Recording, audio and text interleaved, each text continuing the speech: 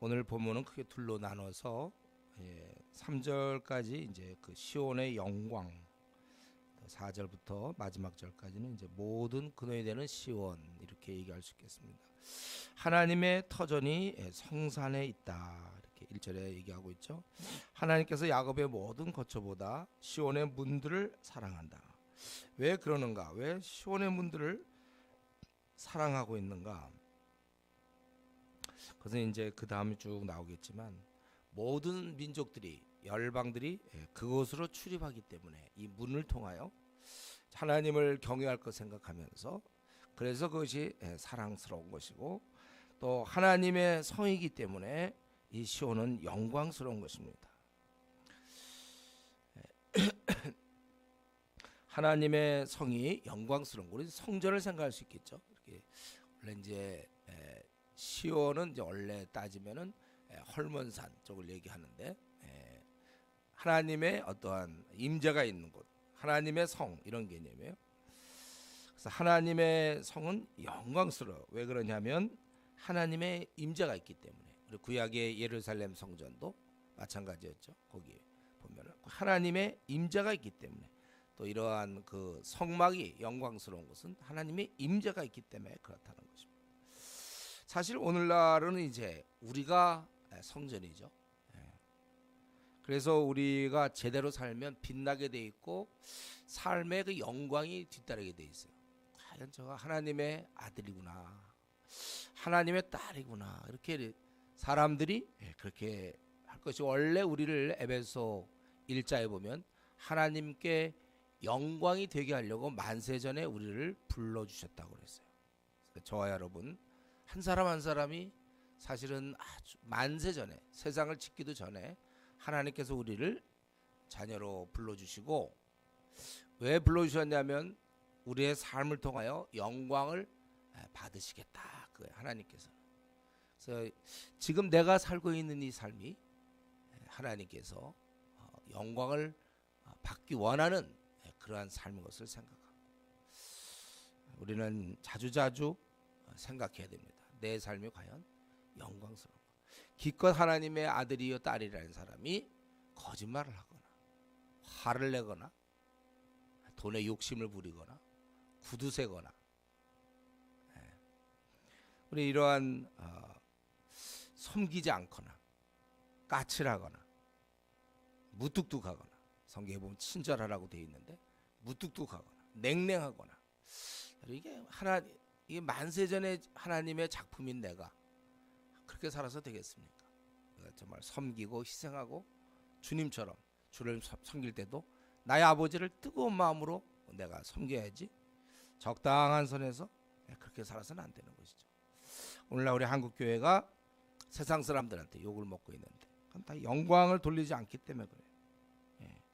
하나님과 결국은 이 성전의 의미는 하나님이 임재인데 우리도 하나님과 늘 동행이 돼야 되는데 그의 생각 속에는 하나님과의 이런 깊은 만남이 없다는 것이죠.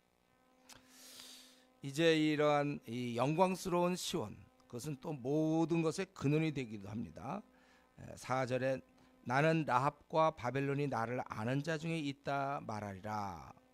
이건 뭐냐면 라합 바벨론이 결국은 내가 그 아는 자 중에 하나가 된다는 거예요. 라합이라는 것은 이사야 30장 7절이나 51장 9절에 보면 애굽을 가르치죠. 애굽과 바벨론 그건 다 나를 아는 자 중에 하나고 또 블레셋과 두로는 우리 페니키아의 수도죠. 또 구스, 이디오피아 이것들도 거기서 바로 시온에서 났다. 이건 뭐냐면 외인이 아니라는 거예요. 이들은 좀 대표적인 적대국이요 이방 나라들이지만 따지고 보면 아무리 이방이요 적대적이라 하더라도 이들도 다 하나님의 백성이잖아요. 하나님께서 만드신 자들이. 그렇기 때문에 5절에 얘기하기를 시온에 대하여 말하기를 이 사람 저 사람이 거기서 났다고 말하리니 다 사람들이 우리가 그 시온이 우리의 본래 거기가 우리의 고향이며 우리가 결국 이제 하나님께로부터 났다 이거죠. 지은 자가 친히 시온을 세우리라 하는도다. 그래서 여호와께서 민족을 등록하실 때에는 그 수를 세시며 이 사람이 거기서 났다 하시로다. 그래서 그렇게 인정해 주신다는 거예요. 노래하는 자와 뛰어노는 자들이 말하기를 나의 모든 근원이 내게 있다 하리라. 이 의미는 나의 모든 기쁨의 근원이 시온에 있다, 그 뜻이에요. 나의 모든 기쁨의 근원이 시온에 있다. 노래하며 뛰어노는가? 왜 노래하면서 그 뛰어노는지 아마 구원의 기쁨 때문인 것 같아요. 자기들이 하나님께 속하였다, 이것 때문에.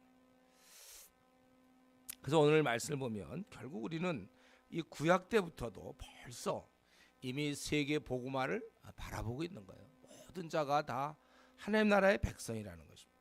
우리가 사실은 이 땅에 살아 움직이는 모든 생물뿐만 아니라 모든 인간들, 그들의 근본은 하나님으로부터 지음을 받은 자인 것입니다. 그들이 지금 모르고 있을 뿐이죠. 이슬람 같은 경우도 10억 2천만 어마어마한 숫자들이, 저희 집에 그런 이제 사진이 있는데 보면은 그들의 어떤 그 종교적인 그 기념일 같은 때 경배하는 모습, 너무나 많은 사람들이 알라를 섬기고 있어요. 근데 전 세계적으로 15억이 넘는 16억 뭐 이렇게 되는 그 이슬람 사람이나 우리 아시아의 4억의 불교인이나 또 9억의 힌두교인들 모두가 사실은 자기들이 지금 하나님을 거부할 뿐이지만, 그러나 그들은 근본 하나님께 지음받은 자라는 거예요. 하나님께서 짓지 않은 것이 어디 있습니까? 마땅히 하나님을 경배해야 되는데 이들이 반역하는 것이고 어두운 무지 가운데 있을 뿐인 것입니다. 사실 따지면 여기 뭐 라합, 애굽과 또 바벨론, 블레셋, 두로, 구스 다 원수 적대의 나라지만 사실 따지면 원수가 어디 있습니까? 다 한 자손이죠. 우리는 다만 일찍 알았고, 그래서 우리는 하나님 아버지를 제대로 믿고 동행하고 누리고 있는 거예요. 우리는 이런 면에 있어서 우리가 사는 동안 이 원래를 이렇게 자주 좀 생각해야 돼. 우리나라에도 1,000만 명이 넘는 불교 신자들, 많은 사람들, 우리 회사나 이런 곳에 안 믿는 이 많은 사람들. 그러나 우리는 이럴수록 그냥 당연히 생각할 것이 아니라 저들도 사실은 그들도 하나님의 지으신 자예요. 그들이 하나님께 경배하는 것이 마땅하다. 우리 원래를 좀 이렇게 자꾸 생각해야 될 것입니다. 원래 하나님이 다스려야 되는데 그들이 집을 떠난 탕자와 같은, 하나님 없이 사는 그러한 자들이구나. 우리가 그런 생각을 좀 해야 우리가 항상 기도하게 되고 그들에게 복음을 전하게 되는 것입니다. 그래서 사실은 그들이 몰라서 그렇기도 하고, 또 지금도 이 세상 신이 믿지 아니하는 자들의 마음을 혼미케 하여 그리스도의 영광의 복음의 광채가 비치지 못합니다. 혼미케 함으로 우리 최 과장이 또 김 부장이 하나님을 모르고 저러고 있구나, 혼미했구나, 똑똑한 것 같죠? 이들이 술 깨어서는 이제 제정신인 것 같죠? 술 깨봤자 그들은 여전히 혼미 가운데 있는 거예요. 원래 혼미한 사람이 술을 먹어서 술 취한 거지, 술 깼다고 제정신이 아닙니다. 진짜 제정신은 하나님을 경유할 수 있어야죠.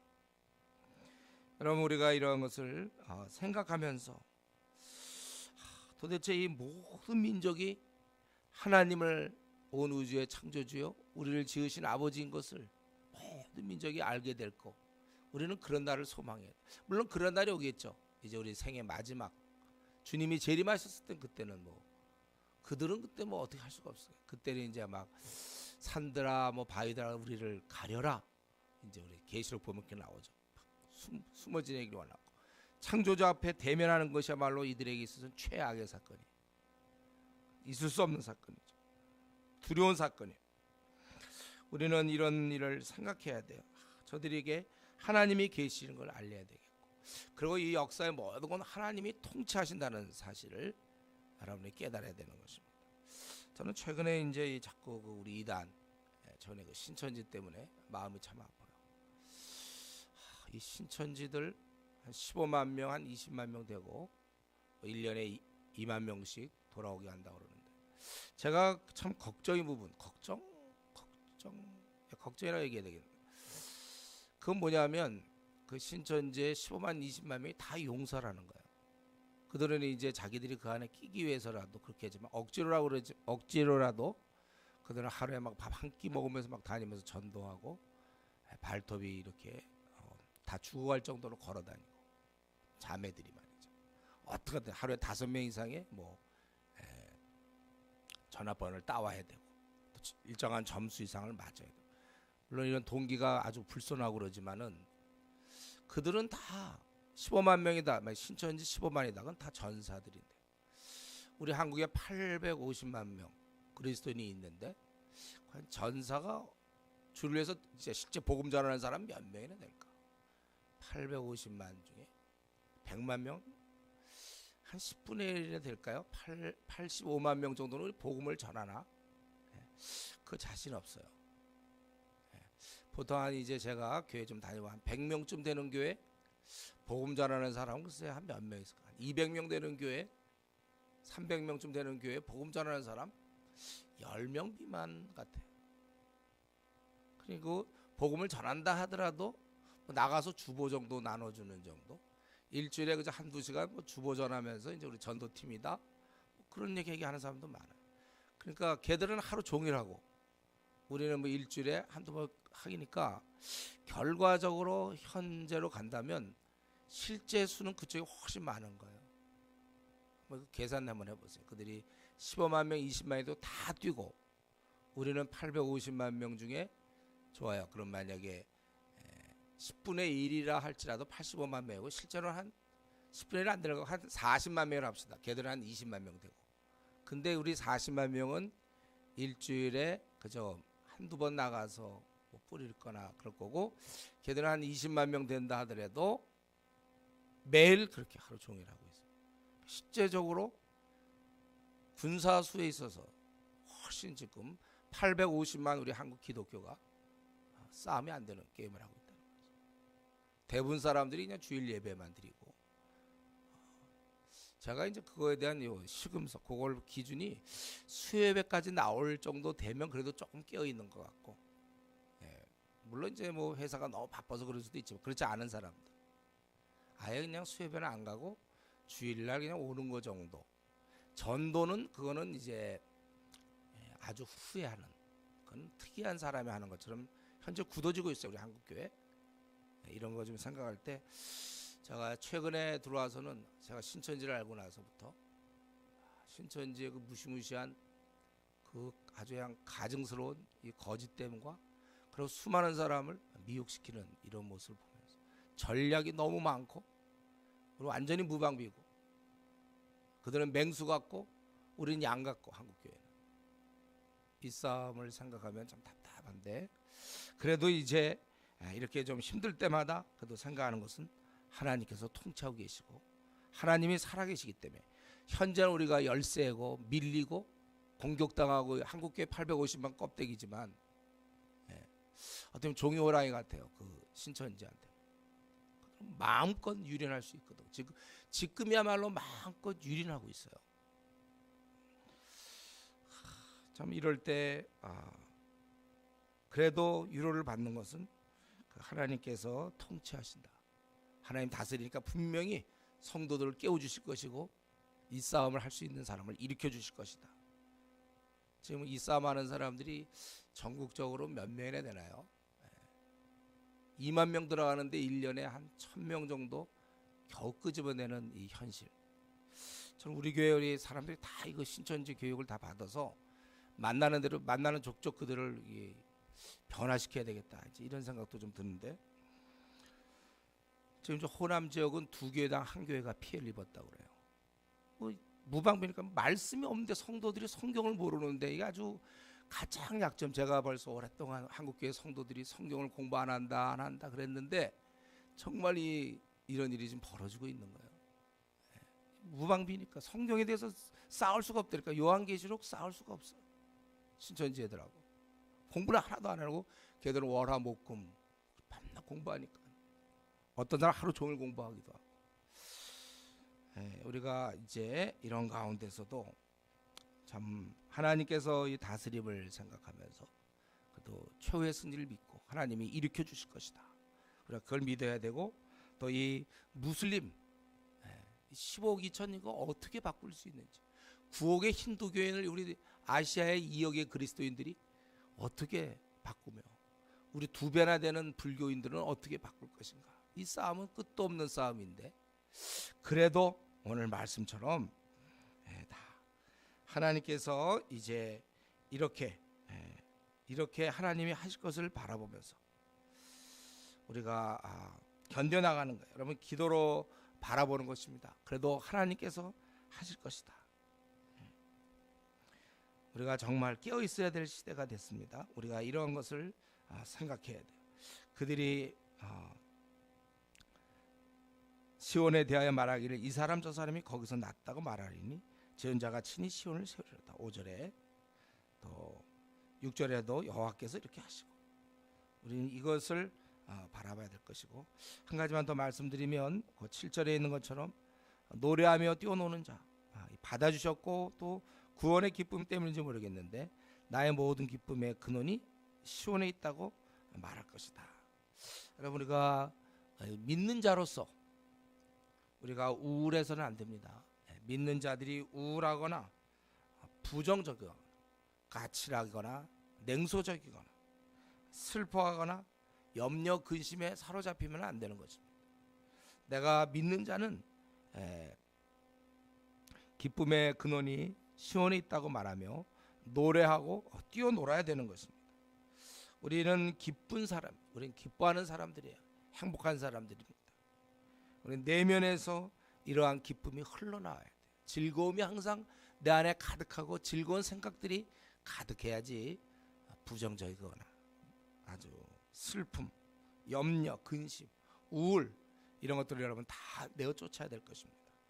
우리가 이런 영성을 위해서 상황이 좋아서가 아니고 어떠한 상황이든지 항상 기뻐할 수 있는 그러한 영성이 되기 위해서, 또 최근에 들어와서 내가 우울하거나 근심 걱정 없었는지 오늘 이 아침에 도대체 내가 하나님을 믿는 자인데 무슨 염려가 있으며 근심이 있고, 오히려 우리는 노래하며 뛰어노는 자가 될 수 있도록, 춤추는 자가 될 수 있도록 그러한 영성을 위해서 기도할 수 있기 바랍니다. 기도하겠습니다.